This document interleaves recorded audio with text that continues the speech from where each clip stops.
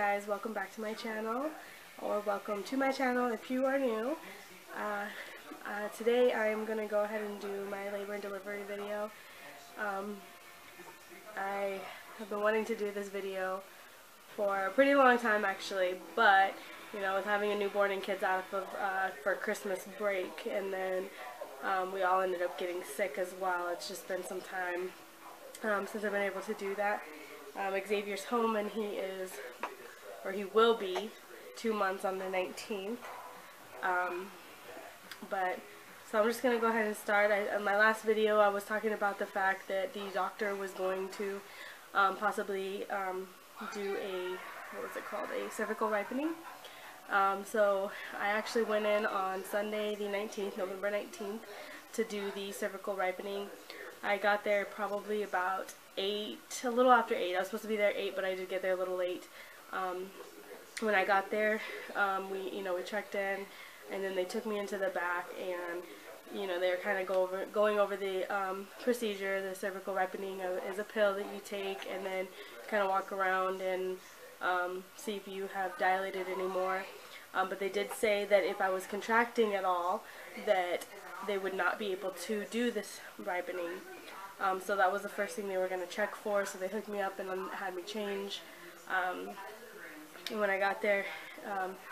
And then they did check, and I was actually not dilated, but I was contracting. I could not feel it, and I didn't know, but I was contracting. So they said they weren't able to do the cervical ripening. And so she was going to call my doctor to see what they wanted to go ahead and do. Whether they wanted to just send me home or induce me, whatever. So anyways, she checked me before she went to ask the doctor, and I was a 2, I believe, the last time I seen my doctor, and when she checked me there, I was a 4. And so she went ahead and called the doctor. My doctor actually wasn't there, so she did talk to somebody else. I don't know who it was, but and they said that we can go ahead and basically do whatever we wanted. So if we wanted to just go home and wait, we could do that, or they could induce me as well. So we decided we just wanted to go ahead and get induced. So they did go ahead and take me over to the labor and delivery room, and I hadn't ate yet, so I did ask to eat before that prior, because I didn't know how long it was going to take since I've never been induced. So I did eat, and that was probably around 11. And then after that is when they started the Pitocin for me. And then, I really wasn't feeling anything. They kept coming in and checking and asking me if I felt my contractions or anything. But I really wasn't feeling much. And then I believe it was around, and then she was saying, if I wanted the epidural, to let her know if I got uncomfortable. I was actually waiting for basically as long as possible, because I didn't want it to wear off or anything, but I also didn't want it to be too late. She did tell me that it would take about an hour before I'd be able to get it, because they have to run fluids through me, and then they'd be able to go ahead and give me that epidural. So I waited until I was starting to feel the pain, and I thought, you know what, in an hour is this going to get worse? So I think it was about, I want to say 6 o'clock, I started thinking, that I could feel it a little bit more, and, in the next hour or so it would make it worse. So I did go ahead and let her know that I did want to go ahead and get the epidural. So they did start me on the fluids, and then my sister, my grandma, and my boyfriend were all in the room.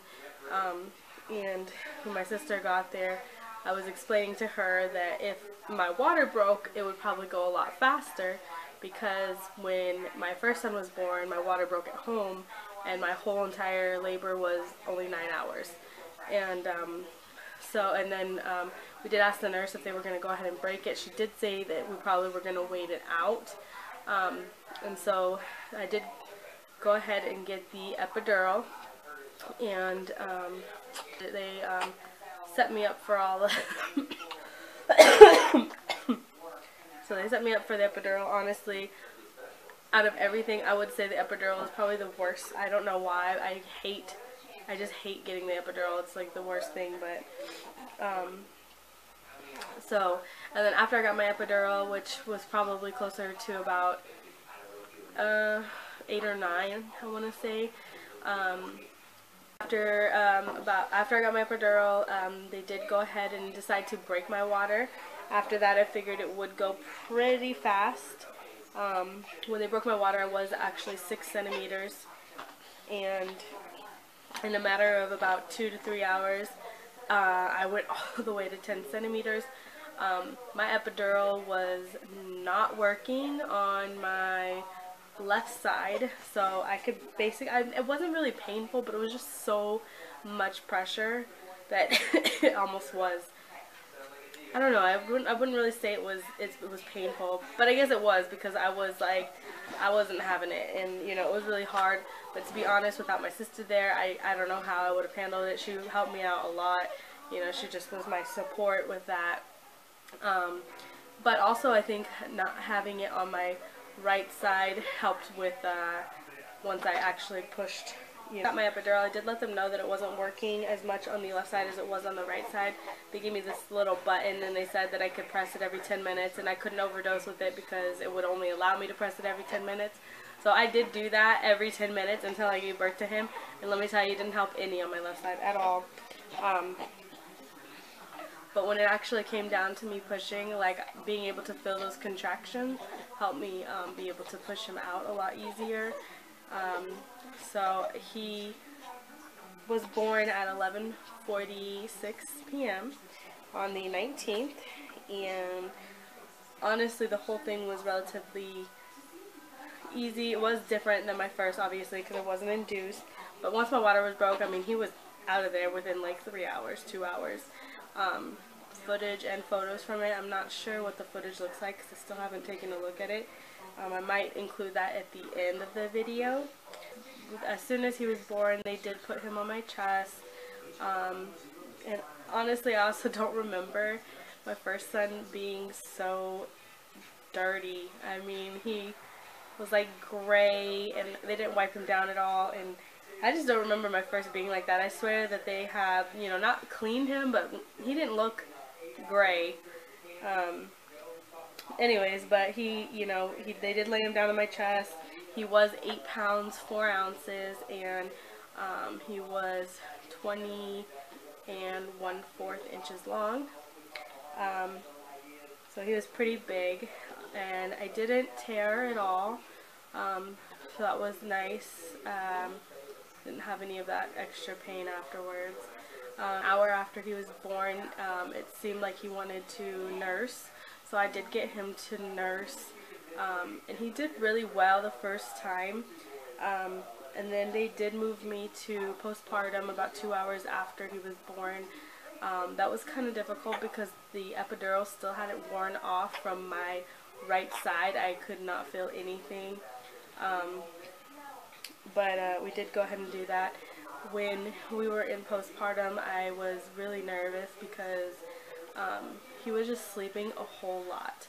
He wasn't waking up every 2 hours to nurse. Like, I literally had to wake him up, and I couldn't even wake him up. Like, he was just sleeping so much, and it was really freaking me out. Like, he wasn't crying because he was hungry or anything like that, but it was freaking me out because my other son, when he was born, was like every 2 hours, every 3 hours, not even, like, he was legit like 2 hours, every 2 hours. But he just wasn't waking up to nurse. I did ask twice for them to bring me formula because I was afraid that he just wasn't getting anything. Like I said, he wasn't crying or anything, he just was sleeping a whole lot. And both times they did talk me out of it, so he never did end up getting formula. The first time, I believe, they did bring the lactation nurse in to help me latch him, which wasn't the problem really.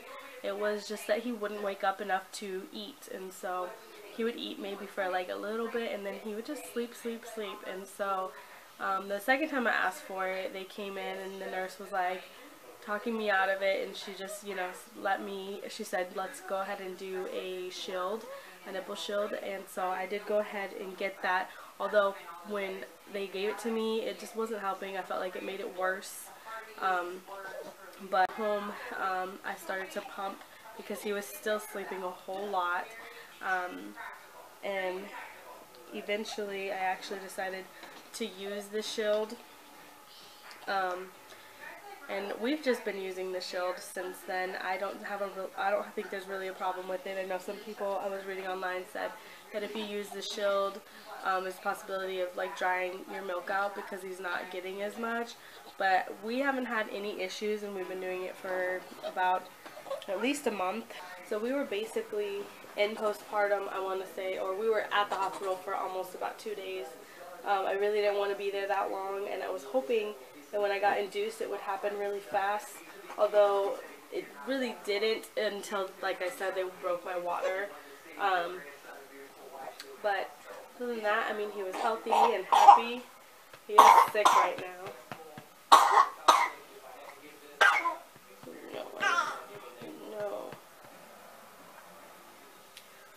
So we did end up going home 2 days later, and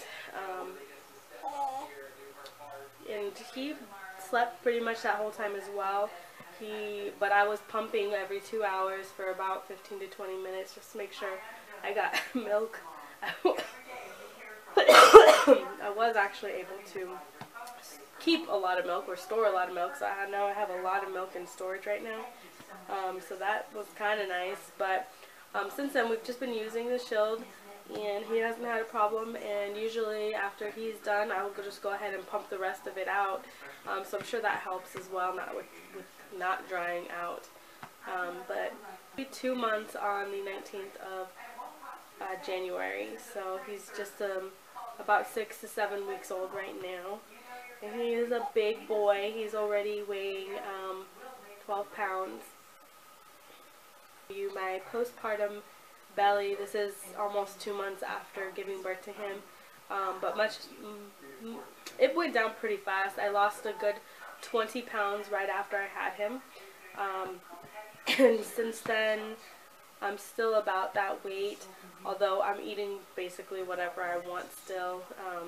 Obviously breastfeeding does burn a lot of calories, so I've been stuck at the 20 pounds, but I haven't really tried to lose much of it yet.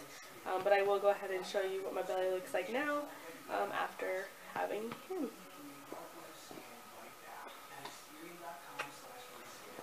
So this is with the shirt on, and with the shirt off.